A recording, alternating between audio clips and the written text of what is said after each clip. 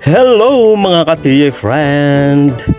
Abay, kahit mahal ang pakabili ko nitong isdang galunggong, abay sinunggabang ko pa rin ito mga kaibigan dahil miss na miss ko na ang piniritong galunggong.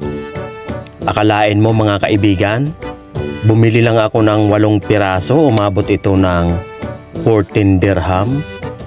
Kung isusuma total natin sa peso, abay umaabot na ito ng 150 or 160 pesos. 8 piraso lang yan. Pero dahil paborito ko ang piniritong galunggong, abay syempre bumili na lang ako mga katiyoy friend. Dahil sa tagal ng panahon ay hindi na ako nakakatikim ng pritong galunggong. At ito nga mga katiyoy friend, pinirito na natin. Sariwa pa yan na aking nabili mga kaibigan. Yun, kapag ako nagpiprito nito mga katiyoy friend, mas gusto ko yung tostado. Kasi pag kinain natin yan, yung medyo tumutunog-tunog siya pag kinakagat mo, crunchy-crunchy, tulad nyan.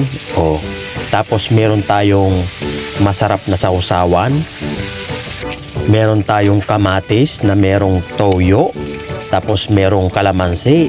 Yan, masarap talaga yan mga kaibigan. Tapos kakain tayong nakakamay, abay wow, mapaparami naman tayo sa kanin nito.